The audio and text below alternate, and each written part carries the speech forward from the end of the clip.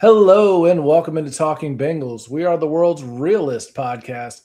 And while we like to have a lot of fun on this show with all the stuff going on in the world, we need to bring up something very serious here to start off. There are packs of rabid dogs that are controlling most of the major cities in America. If you don't get the reference, you're too nice Anchorman reference, Casey. Nice Anchorman reference. If you don't get it, you probably shouldn't be listening to us. Anyways, we got the Ron Burgundy. And Zach knows if you don't chew Big Red, then ... Milk was a bad choice. So we went from Talladega Nights. Is true. Talladega Nights to Anchorman. It's Wolf Barrel, so it's all a good reference. Milk was a bad choice. I tried to make a MRE protein shake, and it curdled, and it was not good. So that's part of our delay tonight.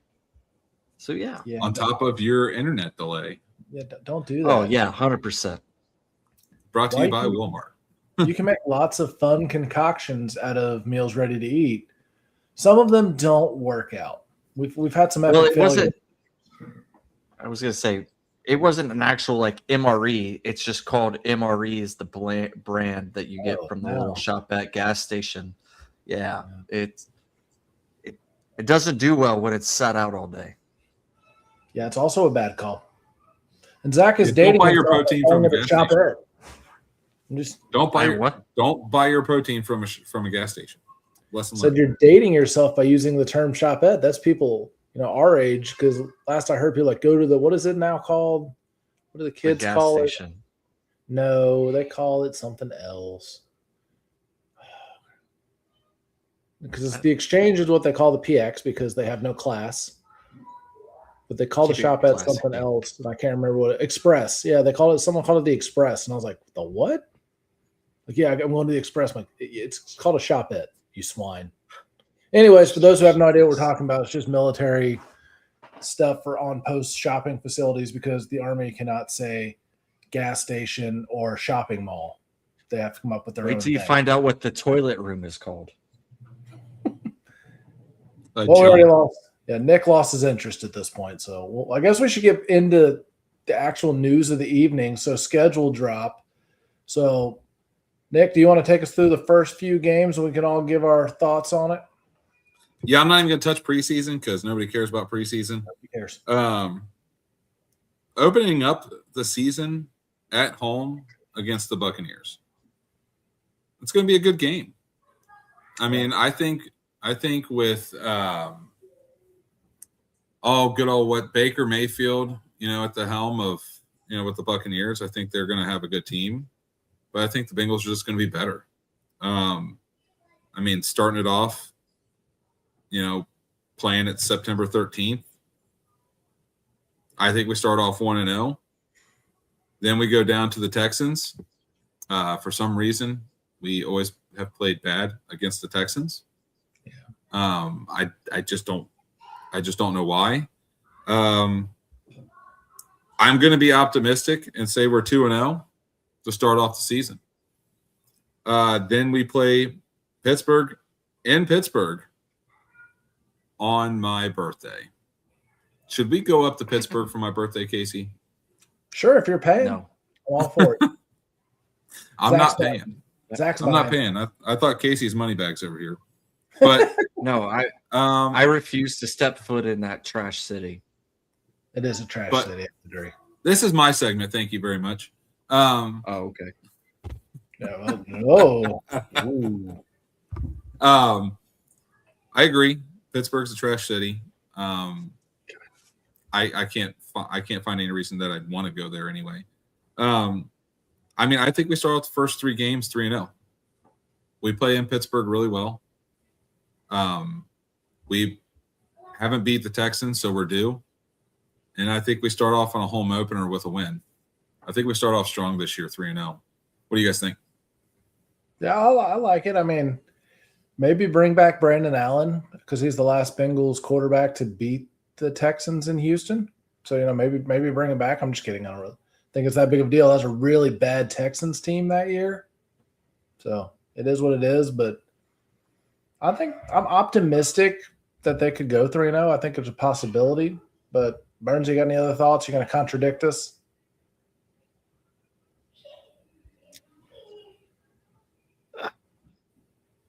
Well, I don't want to dive too much deep into the next part of this season, but I am not optimistic about the beginning of the season at all. I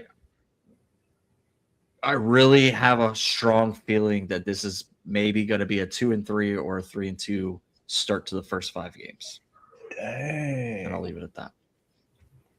Man, all right, fine. I want you to expand. You move into the next 3 weeks and talk about it a little bit, because I'm not sure what's in the water down there where you are, but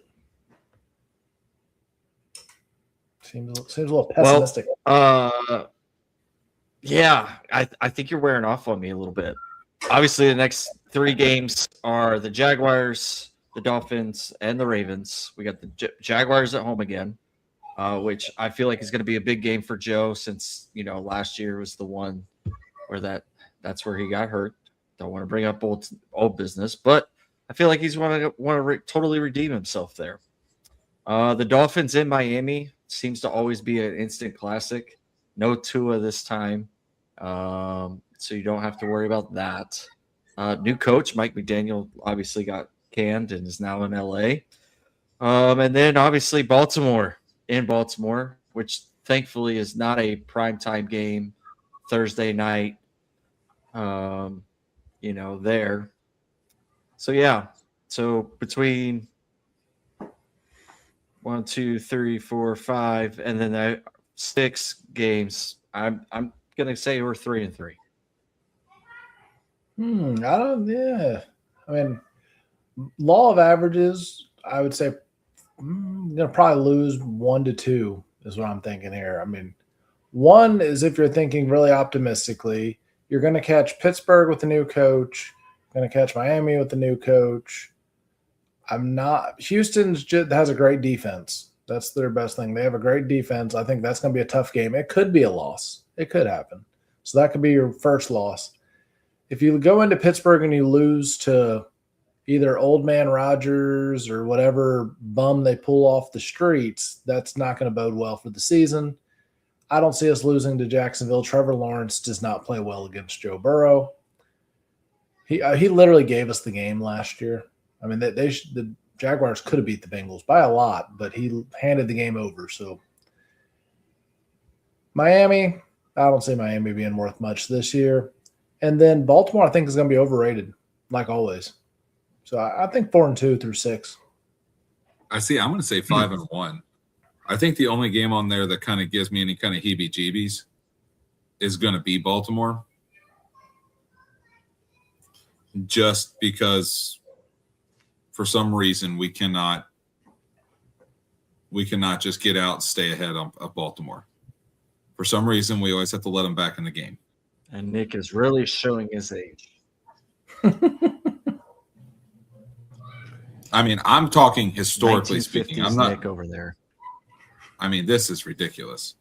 I mean, Zach, you think you'd be the one from 1950s with your internet connection. Shots fired. But, I mean, I just think that the Ravens is the only game that I'm not so optimistic about. But I think there's a very real chance we start off 6-0. I love it because the next part of the season, I wouldn't say gets more challenging. It gets more taxing or exhausting, or however you'd like to say it, because the schedule gets a little wonky.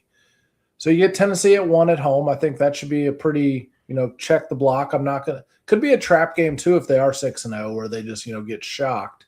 But it should, on paper, be a very winnable game. Then you move into going to Spain at 9:30 in the morning. So that'll be fun to get up early and watch football. Or I'll be at volleyball or something else. Won't be able to watch it anyway. But yeah, going to Madrid, that'll be a fun game to see. The Falcons, I think, are very beatable. I don't think they're overly difficult to go against. I think that's a winnable game. Pittsburgh, same thing. Even though it's a Sunday night football game, I think they can win that one pretty handily. Not going to have a whole lot of issues. It's at home.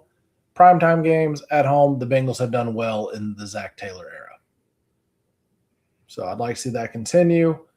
I don't know about the Commanders. I honestly have zero clue. They were good 2 years ago. Last year, they were very suspect. We don't know who we're going to get. So we'll just have to wait and see who we end up getting. But It's Monday night.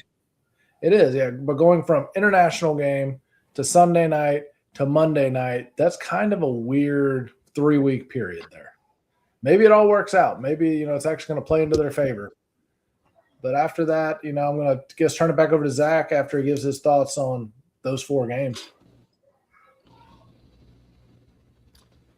Yeah. Titans, Falcons, I'm good with. Steelers, I'm good with it being at home on Sunday night. And then the Commanders, like you said, is kind of like a wait and see what they have. Jalen Daniels last year being hurt kind of wrecked them slightly. But the last time the Bengals played the Commanders on Monday Night Football, we got trounced at home. So, yeah, we'll see how it goes. I'm going to go 4-0 on that stretch. So for me, that would bring us up to 7-3. So I guess 7-3. I'm 8-2. Nick, what are you at? I say, if I'm thinking optimistically, 9-1. If I'm thinking realistically, probably 8-2 through the first 10. If I'm thinking like a diehard Bengals fan, 10-0. Hey, I like it. So let's go into the next few games here.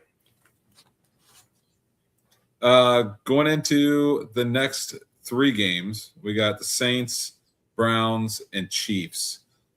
And the Saints, I don't think I should have to talk too much about that. I think we should blow them out of the water. The Browns, why are we playing the Browns so late in the season for our first Browns game? I think they gave up at this point. Hopefully the Browns have just, they're tanking. But we're playing in Cleveland. It could be a good game, or it could be a blowout. Either way. But I think the game that's really going to be telling is that mid-December game when we play against the Chiefs at home. I think that's going to be a really telling game on how the postseason is going to go. If we come out ready to play, we're playing the Chiefs at home and taking behind the woodshed. I say we win the Super Bowl this year, boys. I love it. I think there's always going to be one trap game, and you don't know when it's going to happen. Sometime you're going to have a bad game. I kind of see that happening either – I'd hate to say the Saints or the Browns at that point, but that's kind of that period there. They've won a lot of big games. They've had a wonky schedule for a few weeks. So one of those 2 games might just be one of those where Joe just doesn't have it. They lay an egg, and it's not a blowout, but, like one of those 16-13 losses. So one of those 2 I feel like is going to be a wonky, weird game. And then they're going to bounce right back and beat the Chiefs. So one of those 2 end up being a loss. So what am I sitting at? 11-3 at this point. So yeah, just one of those weird losses. I mean, I'm going to say 13-0, boys. I'm going to go diehard Bengals fan in this, okay? We're diehard Bengals fanning this because the season hasn't started. We have nothing to go on. Just diehard Bengals fan. We're 13-0 right now. I also can't math. Sorry, 10-3. I can't math. We know. Yeah. It's fair. I'm going to agree with Casey on this. I think that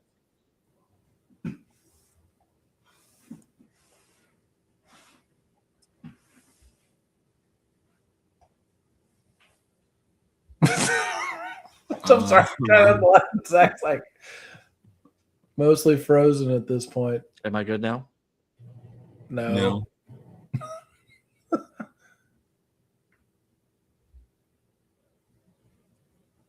Now it's like a dubbed movie. Am I good or no?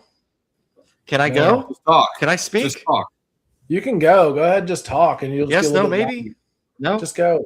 No. No.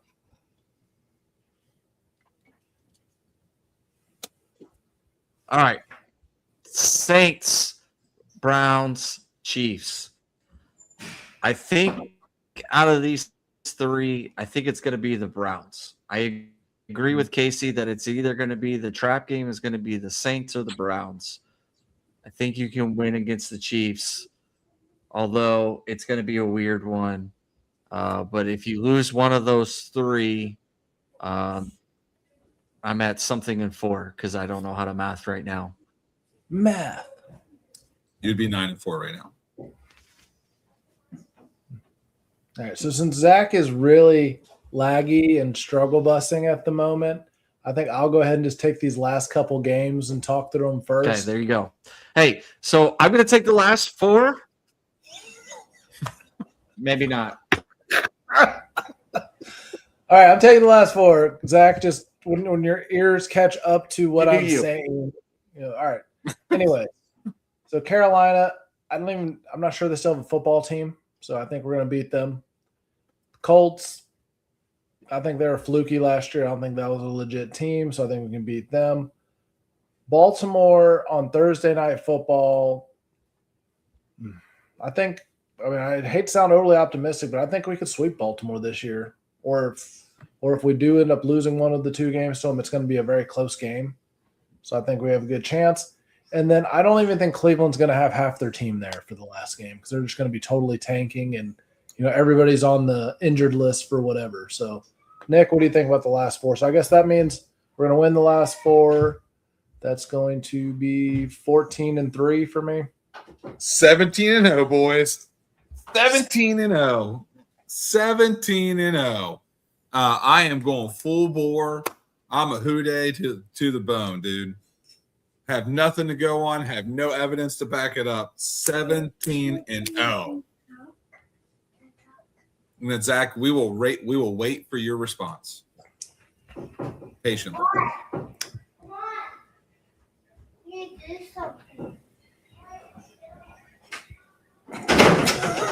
I'm sorry, I can't not laugh. I see your lips moving, but nothing is no sound is coming at all. Wait for it. Wait for it. Well, I am not going to go 17-0. I do feel like in this last stretch of games, either the Colts or the Ravens. Yeah, well, shut up so I can finish speaking.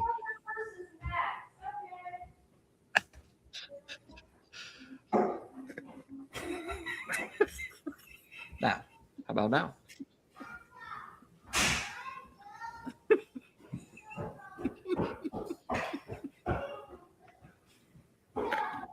I can't stop.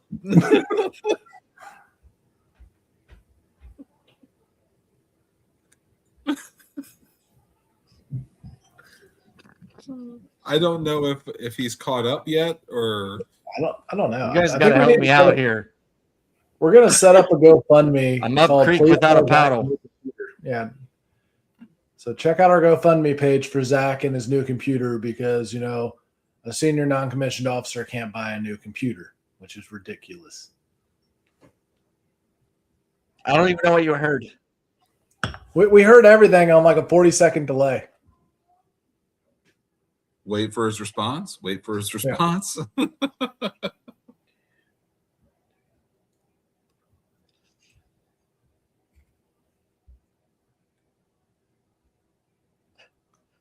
I got 4 kids, Casey. As do I. Anyways, poor Burns. We'll stop picking on you for 5 seconds. I think it could be a great season for our. I hear you guys right away. I don't know what you guys hear and what you can't hear, and when you see it. You literally talk anytime we try to talk. It catches up at that point. 19 minutes. So our very early prediction show. This is going to change before the season probably, except for Nick. Nick will say 17-0 no matter what. But it could get better, could get worse for the 2 of us that are more realistic.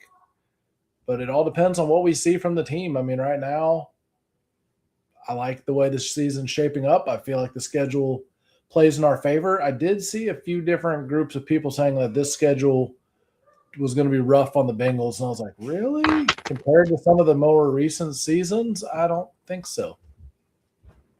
But any other thoughts on the schedule, Nick? 17-0, boys. 17-0. I know it's going to sound ridiculous when they go like 4-13, but 17-0. All right, you go from like really optimistic to really pessimistic. There's no in between. Yeah, There's I mean, no it's just 10 and whether or not 7, we have there's Joe no Burrow 11 at the and home or not. Yeah. I mean, 17-0, boys. Joe Burrow's healthy all year long. And we win the Super Bowl undefeated, boys. I like it.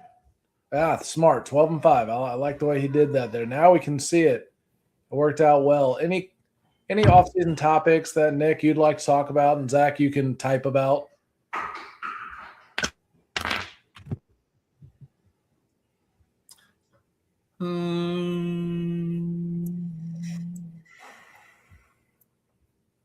Coaching. So, one thing I've learned coaching is that apparently a lot of people have really bad experiences with a lot of coaches who are not open to other people's thoughts. So one thing I love is that I have coaches that are around me that actually speak up when they think that maybe they have an idea that I didn't think about. Because obviously I'm not perfect. I don't know everything, right? Like yes, I went to college and I was on a baseball team in college. Mom goes to college. But she went to college. My mom has a master's degree. Hey, just same facts. And like the hard part is especially when you get parents coming from those type of teams where the coach, like the parents can't talk to the coach. You have to wait 4 days after the event to even talk to me, and we have to talk about it over text message or over the phone. It's like, no, like you got something to talk about. Let's talk. Right? Let's not do it in front of the kids, but let's talk about it. Right? We're not going to have a yelling match over it, but let's have a conversation. We're adults. We can have a conversation. And I think the hardest part is like when you don't treat the parents like the adults that they are. I think it makes your job harder as a coach. Right? And especially when you start getting up like 10 and under, like baseball or, football for fourth graders and fifth graders.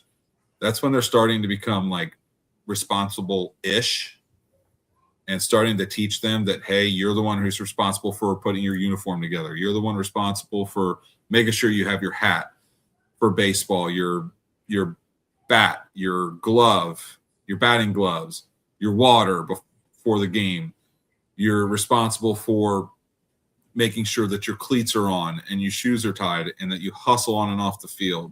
You're the one responsible for you guys are responsible for picking up the dugout, making sure that everything is picked up and it looks better than when we came in. Like, I think 9-10 years old is probably the best age to start teaching that. If not earlier, if you can with the kids that you have. And at the end of the day, I think a lot of coaches lose focus on what really matters. The vast majority of the people that you will have the opportunity to coach will play anywhere higher than high school. But 100% of those players will become some form of an adult at some point in their life. What kind of an adult would you like for them to be? Be that type of person. Right? Just like you as a parent, be the type of person that you want your kids to be. Yeah. I think it's a good thing. I would add a caveat from my personal viewpoint. I think you'll get it. I treat parents, when I'm a coach, I treat them accordingly. What I mean by that, I did the same thing the way I would soldiers.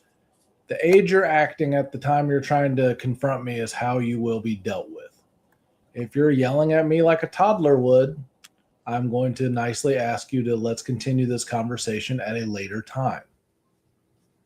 If you are coming at me calm and rationally, then sure, we can talk. But if you're all fired up and it's going to end in a shouting match, nope. You're not acting like an adult right now. Of course, you don't usually say that because that's going to, put gasoline on the fire. If that's the mood you're in, sure. But usually, to say, hey, I would appreciate if we could take some time to collect our thoughts and approach this in a different manner later. Oh, I just walk away. Yeah, I've done that too. If somebody's going to come at me hot, like if any parent is going to come at me hot after a game, after practice, whatever, or before a game or before practice or whatever, I just be like, I just walk away. And as I'm walking away, I just tell them, look, come talk to me when you calm down. Yeah. I'm not going to do. I've already told every parent on all the teams that I coach. I'm like, look, I am the type of coach that I will have a conversation and we can talk about anything and everything. But I'm not going to have a yelling match. If you want to start yelling, I'm just going to walk away. I've already forewarned them. If you want to have a conversation, let's talk. Yeah, no, my favorite story was something like that. I was actually a college kid coaching middle school baseball, and a parent followed me out of the dugouts, yelling at me all the way to my truck because he didn't like the way I had his son playing catcher. And I'm like, whatever, it is what it is. If he wasn't being rational, I just kept walking to my truck, got there, closed the door, waved at him, and backed up and left.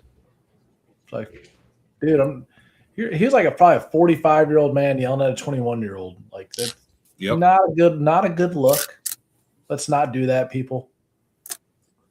So, anyways, coaching, it's an interesting thing. I know Zach's got some thoughts on it, but we can't kick it to him because we'd have to hear about him next year when it finally gets through the lag.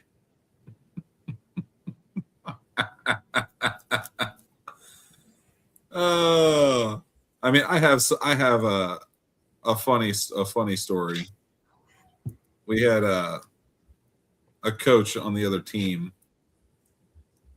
Well, I guess it's not a funny story, but we had a coach on the other team from one of my kids, and he's yelling and screaming at his pitchers to throw the ball. To just throw strikes because we're at the lower part of our lineup, and saying that our kids weren't gonna swing for the pitch anyway. Like they weren't wanting to swing anyway.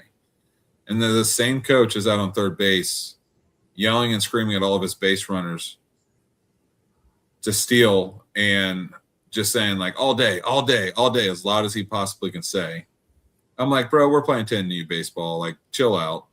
And he just continues to do it over and over and over again. So I went full bush league and had my base runners stealing as soon as the pitcher gets on the rubber. And the pitcher is in the middle of in a full wind-up stance on the pitching rubber. So at every base they're at, I was just yelling at them to run, run, run. And even at third base, like we had our two best base runners at third base. Well, two of our best base runners. And two of our fastest kids. And I was just yelling. I told him, I was like, as soon as that kid steps on the rubber, you go. Like as fast as you can to home plate and slide. And after I did it, or after those two kids did it, one of our other really good base runners was right behind them. He gets on a third. I was like, if he stands on that rubber again, like he's going to do a full windup, run. You're going home. And the kid on third base gets really far off, and the pitcher does a quick full windup and throws home. Umpire calls a balk, and at this age it's all instructional anyway, so we're just trying to coach to it. Umpire tells the coach hey, can you explain it to him, please? He's not listening to me. I've told him several times he has to come set. And as the coach is walking out, the kid's dad is over on the other sideline, and he's going really? Like, really? Like, bro, we're playing baseball, right? I was trying not to introduce this type of baseball, but this stuff is legal. There's nothing wrong with it, except for normally you don't do this to teams when both teams are being respectful to each other. So there's that. Mutual respect's a big thing. Baseball's a gentleman's game until it's not. Very true. So I mean, go ahead.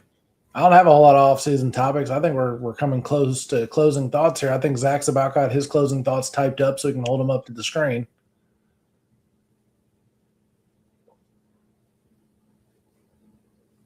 I don't know. Zach, you got any closing thoughts? We'll all just be silent for 3 or 4 minutes for you.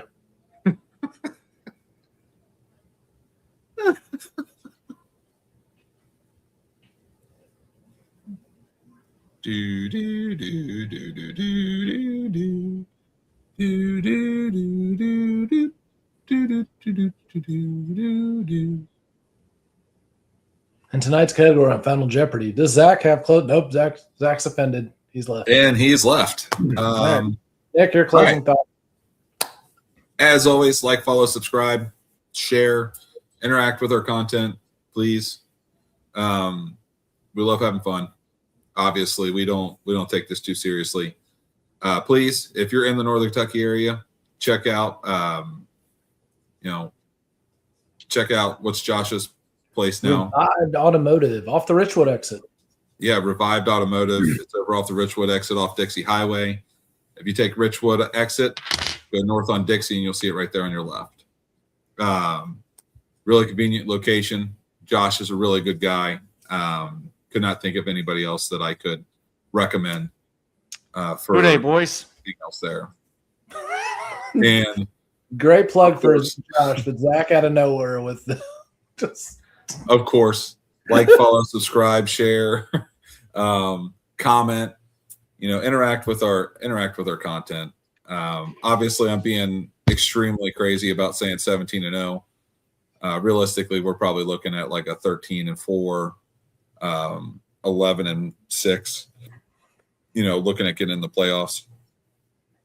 I'm hoping for a 17-0, getting home field advantage throughout the playoffs and going to the Super Bowl. But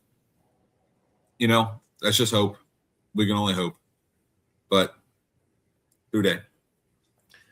Yeah, my closing thoughts is just live your life, be good to one another.